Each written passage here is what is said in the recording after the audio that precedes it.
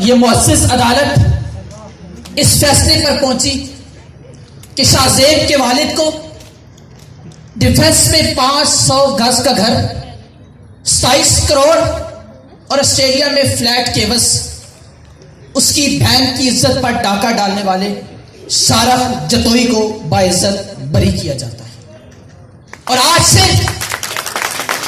یہ معزز عدالت اندھی عورت کی طرح اپنے ہاتھ میں لٹکے اس ترازو پر کفن ڈال کر تاحیات ملتوی کی جاتی ہے. کیوں؟ یہ ملک اپنا ہے علی وقار، اس ملک کا قانون اپنا ہے.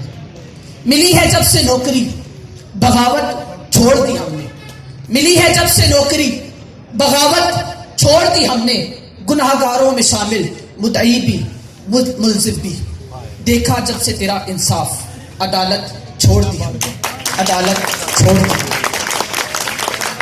علی گڑھ ملک پاکستان کے اندر آج نہ کسی کی جان محفوظ، نہ کسی کی عزت محفوظ، نہ کسی کا مال محفوظ. کبھی اس ملک کی وہ بنت ہوا جب اس کی عزت لوٹی جاتی ہے، جا کر اس معزز عدالت کا دروازہ کھٹکھٹاتی ہے تو اگلے دن اپنے گھر کی چوکھٹ پر اپنے جوان بھائی کے لاشیں کو پاتی ہے. کبھی وہ نقیب اللہ مسعود کا پورا باپ اپنے جوان بیٹے کی لاش کا حساب مانگتے مانگتے بٹی ہو جاتا ہے. لیکن ان معصوموں کے لیے کبھی میزان نہیں اترتا، کبھی میزان نہیں اترتا. علی گڑھ کبھی وہ معصوم شہری اپنے جسم پر 5 گولیوں کا بوسہ کھائے جان کی امان مانگتا ہے تو اسے اسپتال لے جانے کے بغیر ملیر کے تھانے کا طواف کروایا جاتا ہے، اور اس طواف کے دوران وہ جان کی بازی ہار جاتا ہے. کراچی کے خلیل سائیوال کے راشد کے بعد ماورائے عدالت کا ٹھپا کسی راشد رنجھانی کے جسم پر چسپا کر کے اس ملک کے اندر انصاف کا سریعام جراسہ نکالا جاتا ہے. علی وقار، اس ملک میں سریعام جراسہ نکالا جاتا ہے.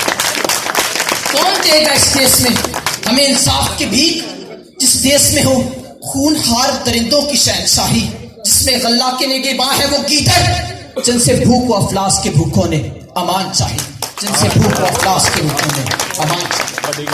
علی وقار چھوڑیے، آپ اس ملک کے اندر انصاف کی بات کرتے ہیں، آئے اس ملک کا انصاف آپ کو دکھاؤں.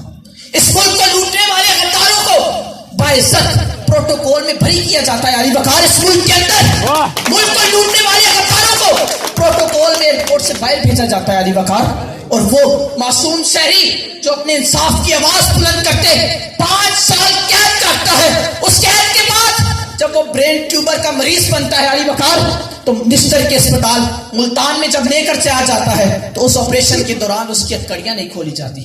علی وقار، کہاں کی انصاف کی بات کرتے ہیں؟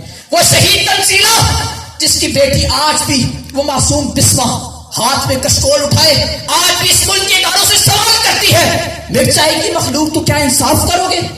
مرچائی کی مخلوق تو کیا انصاف کرو گے؟ مجھ سے وہ تو آپ حشر اٹھا کیوں نہیں دیتے؟ مجھ سے وہ تو آپ حشر اٹھا کیوں نہیں دیتے؟ آپ کی سباتوں کا بہت بہت شکریہ. والسلام.